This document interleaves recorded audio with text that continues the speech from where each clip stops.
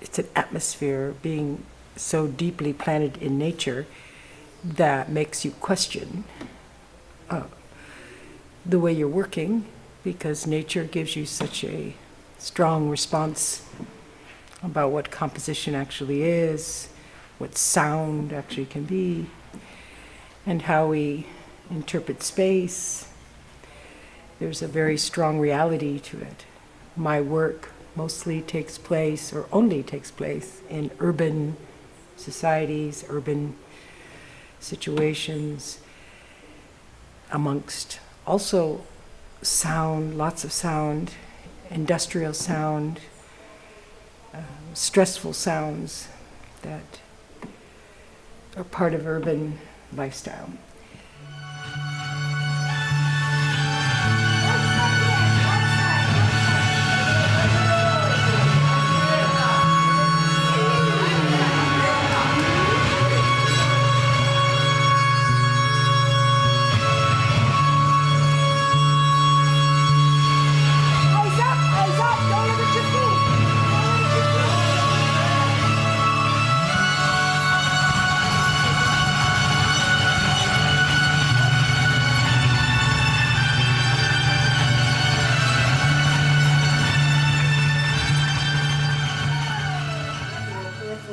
Okay, I can't see them anymore. Unless I turn my head.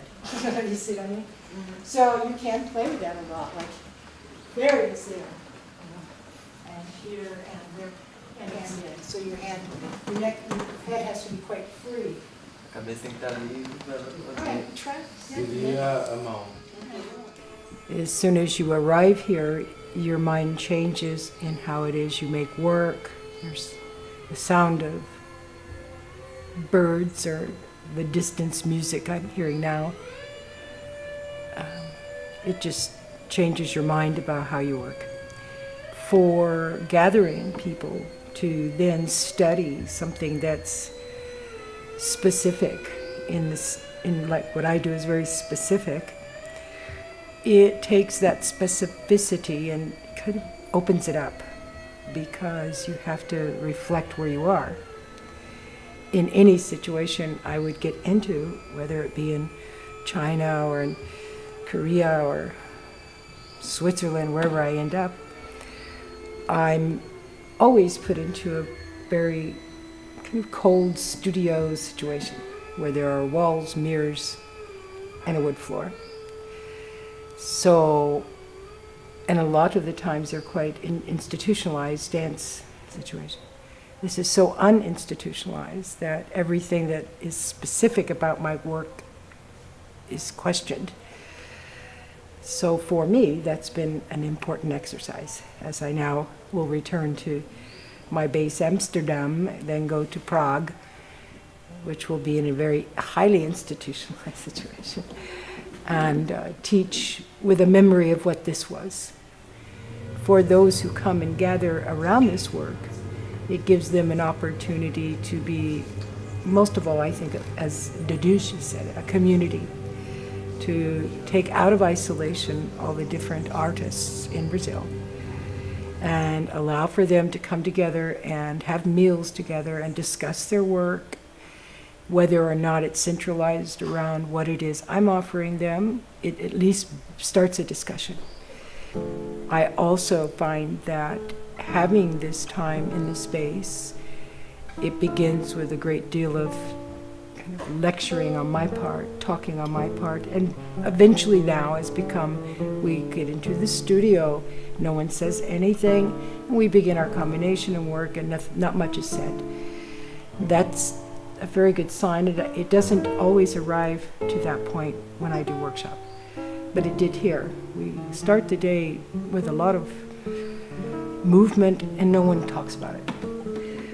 So I think it's important that a group of artists have a place like this to gather. I think it's important for an artist like myself, who's not from here, to come here and experience this nature and culture and people, and take a position with these artists so that they can talk about something, about their work, eventually, but have this very narrow thing I'm doing. I believe a word like improvisation in relationship to any of the art forms, be it music, visual art, photography, theater. It's always a kind of misunderstood situation anyway. One can open into that door of improvisation with a lot of preconceived ideas. So probably what we accomplished here, and I say probably because it's so many people you can't know what you accomplished with everyone individually. And I feel as a group we accomplished reorganizing how they enter into that door and meaning of a word like improvisation in relationship to their work. So the discipline happened, I think, a stronger discipline.